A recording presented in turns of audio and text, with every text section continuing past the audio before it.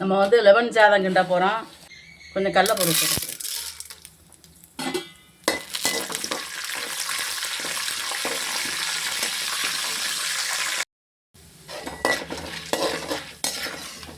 கடலைப்பருப்பு வந்துக்கிட்டு இருக்கு. இப்போ வந்து நம்ம முந்திரி பருப்பு போடுவோம்.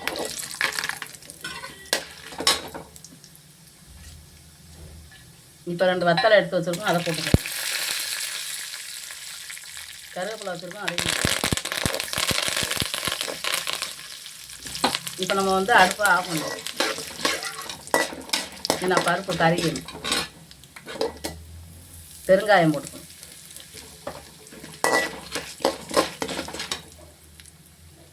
கொஞ்சம் மஞ்சள் பொடி போட்டுக்கணும்.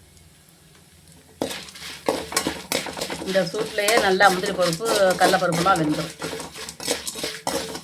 இப்போ வந்து சாப்பாட்டை தூக்கி தட்டிடுவோம். இப்போ வந்து குக்கரில் சோறு வச்சுருக்கோம். நம்ம எப்போயும் குக்கரில் தான் வைக்கிறது. குக்கர் சோறை போட்டுருவோம்.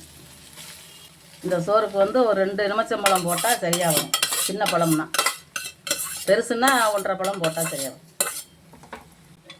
இப்போ வந்து நம்ம எலுமிச்சம்பழம் புழிஞ்சுக்கிறோம். நல்ல சாறு உள்ள பழமாக பார்த்து வாங்கணும். இதுக்கு 2 பழங்கும்போது ஒரு 4 பீஸு சரியாக வரும். ரொம்பையும் புளிப்பாக இருந்தாலும் நல்லா இருக்காது, புளிப்பே இல்லாட்டாலும் நல்லா இருக்காது. ஓரளவு கரெக்டாக இருக்கணும்.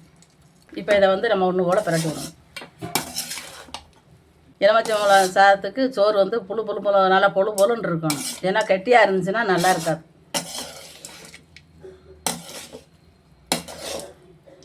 எடுத்து சாப்பிட்றதுக்கு அப்போ தான் நல்லாயிருக்கும். நம்ம லெமன் சாதம் வந்து நல்லா கிண்டி எடுத்துட்டோம். நல்லா பொழுன்னு இருக்குது. இன்னும் நேரம் ஆக ஆக நல்லா பொழுன்னு ஆயிரும். குக்கரில் நம்ம சாப்பாடு வச்சோம் அப்படின்னா ஒவ்வொரு அரிசி ஒவ்வொரு மாதிரி இருக்கும். இது வந்து நல்ல ஒரு என்ன சொல்கிறது, கொஞ்சம் விலை அதிகமான விலையில் உள்ள அரிசி அப்படிங்கிறதுனால சோறு வந்து சீக்கிரத்தில் குலையாது. நம்ம 2 விசில் வச்சுட்டு அடுப்பை ஆஃப் பண்ணிவிட்டு ஒரு 10 நிமிஷத்தில் திறந்துடலாம். கொஞ்சம் அரிசி வந்து கொஞ்சம் மட்டமான அரிசி குக்கரில் வைக்கிறோம் அப்படின்னா, கொஞ்சம் குறைஞ்ச அளவு அரிசி வைக்கிறோம்னா அப்படியே தண்ணியும் சோறும் குளன்னு ஆயிரும். அது வந்து லெமன் சாதம், புளியோதரை இதுகளுக்கெல்லாம் வந்து அது நல்லா, தக்காளி சாதம் அதுக்கெல்லாம் வந்து அந்த குளன்னு இருந்தால் நல்லா இருக்காது. புளி சாதத்துக்கு தயிர் சாதத்துக்கு நல்லாயிருக்கும் குழஞ்சிட்டா. நம்ம லெமன் சாதம் இதுகளுக்கெல்லாம் வந்து இந்த மாதிரி நல்லா விதையாக இருக்கணும். அப்போ தான் நம்ம சாயங்காலம் வரைக்கும் வச்சு சாப்பிட்டா கூட பொழுன்னு இருக்கும், சீக்கிரத்தில் கெட்டு போகாது.